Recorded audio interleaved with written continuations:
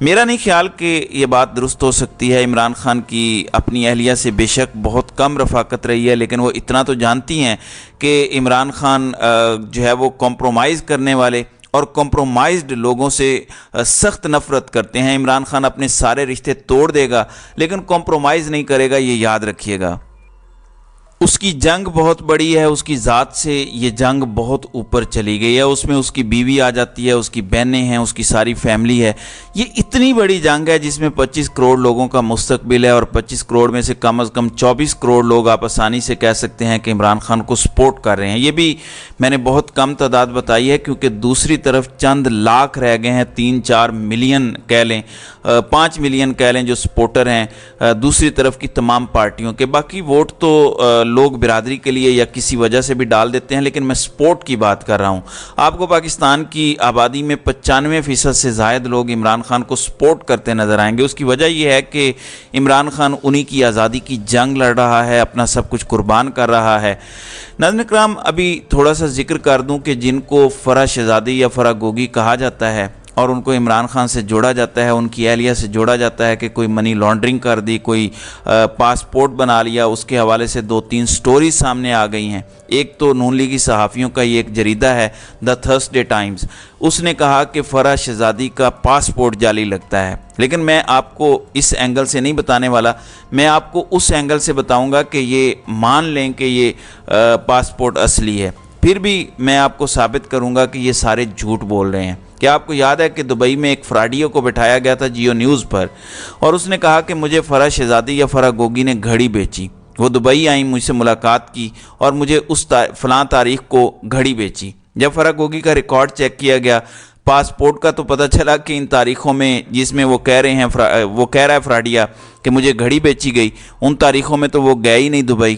اس کے بعد ایک نئی کہانی چھوڑی گئی کہ فرح گوگی کا کوئی اور پاسپورٹ ہے اور انہوں نے اس پاسپورٹ پر ٹریول کیا ہے، جس کی وجہ سے پتہ نہیں چل سکا کہ فرح گوگی کس تاریخ کو دبئی گئیں یا کیا ہوا اور وہاں سے کب نکلیں۔ تو اس طرح کی کہانی ڈالی گئی ہے۔ اس کہانی کو یہی میں 5 سیکنڈ میں آپ کے سامنے لیرو لیر کرنے جا رہا ہوں، اور پروگرام تو اس کے بعد بڑھنے جا رہا ہے۔ تو ناظرین اکرام، یہ آپ ایشو ڈیٹ دیکھیں 28 مارچ 2022، گھڑی بیچی گئی 2019 میں، چلیں زیادہ سے زیادہ 2020 میں گھڑی بیچی گئی ہوگی، پاسپورٹ تو بنا ہے 2022 میں۔ اب فرح شہزادی ایسی جادوگر ہیں کہ اس نے 28 مارچ 2022 کو ایک پاسپورٹ بنایا، اس میں ٹائم ٹریول کیا، 2019 میں گئیں، اس پاسپورٹ پہ وہ دبئی گئیں اور وہاں جا کے اس نے اس فراڈیے کو گھڑی بیچی۔ کیا یہ کہانی بنتی ہے؟ عمران خان کی بشرا بی بی کی ناجائز دولت کو منی لانڈر کر کے فرح شہزادی باہر لے جاتی رہیں، یہ بھی ایک کہانی ہے۔ اس کہانی کے ساتھ جوڑا جا رہا ہے کہ موجودہ آرمی چیف اور اس وقت کے ڈی جی ISI نے 2019 میں عمران خان کو فرح گوگی اور اس کی کرپشن کے بارے میں بتایا تھا۔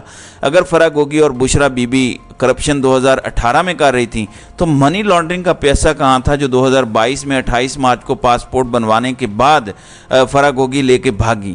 پہلے پیسہ کہاں تھا؟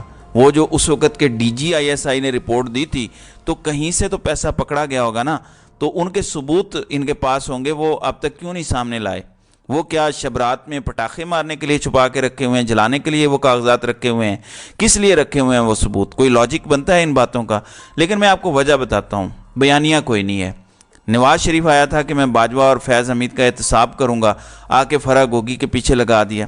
اچھا، عمران خان اپنی بیوی کی سہیلی کا بھی ذمہ دار ہے، نواز شریف اپنی اولاد کا بھی ذمہ دار نہیں ہے۔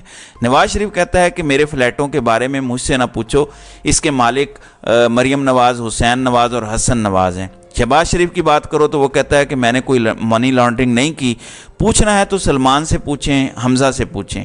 تو یہ اپنی سگی اولاد کے بھی ذمہ دار نہیں ہے، لیکن عمران خان اپنی بیوی کی سہیلی کے بھی تمام جائز اور ناجائز کاموں کا ذمہ دار ہے۔ پھر ایک اور چیز سمجھ لیں، عمران خان کے سخت ناقد ہیں۔ ثاقب نثار کی جو آڈیو آئی تھی جس کو ہم نے جعلی ثابت کیا تھا، وہ بھی انہی کے ذریعے سے آئی تھی۔ تو آپ دیکھ سکتے ہیں کہ وہ کس حد تک شریف خاندان کے کبھی قریب سمجھے جاتے تھے اور عمران خان کے کتنے مخالف تھے۔ وہ بھی یہ بات دعوے سے کہتے ہیں کہ یہ سب جھوٹی رپورٹس ہیں، اور فرح گوگی کے ذریعے عمران خان کو صرف بلیک میل کرنے کی کوشش کی جا رہی ہے کہ کسی طرح سے فرح گوگی عمران خان کے خلاف کوئی جھوٹی گواہی دے دے۔ اور میں آپ کو آج لکھ کر دینے کو تیار ہوں جس طرح علیم خان ATM تھا، جہانگیر ترین ATM تھا اور چینی چور تھا، اور علیم خان قبضہ مافیا تھا، آج وہ ماشاءاللہ سے مولانا بن چکے ہیں، آج ان کے ہاتھوں پر سب کی بیعت کروائی جاتی ہے، آج ان کو امام کا درجہ دے دیا گیا ہے۔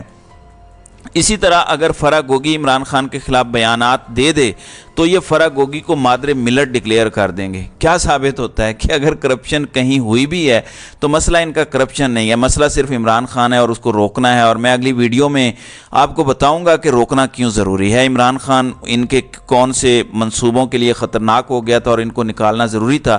میں آپ کو بتاؤں گا کہ کس وقت جب یہ لوگ وطن کا سودا کر رہے تھے تو اس کو کور اپ کرنے کے لیے عرش شریف کے لیے زمین تنگ کی گئی، شہباز گل کو ننگا کر کے مارا گیا۔ یہ آپ کو اگلی ویڈیو میں تفصیل سے بتاتا ہوں ڈاکومنٹس کے ساتھ، اس لیے میری اگلی ویڈیو ضرور دیکھیے گا۔ تو ناظرین اکرام، آپ کی اس ویڈیو کے حوالے سے کیا رائے ہے؟ آپ اپنی رائے کا اظہار کامنٹ سیکشن میں ضرور کیجیے گا۔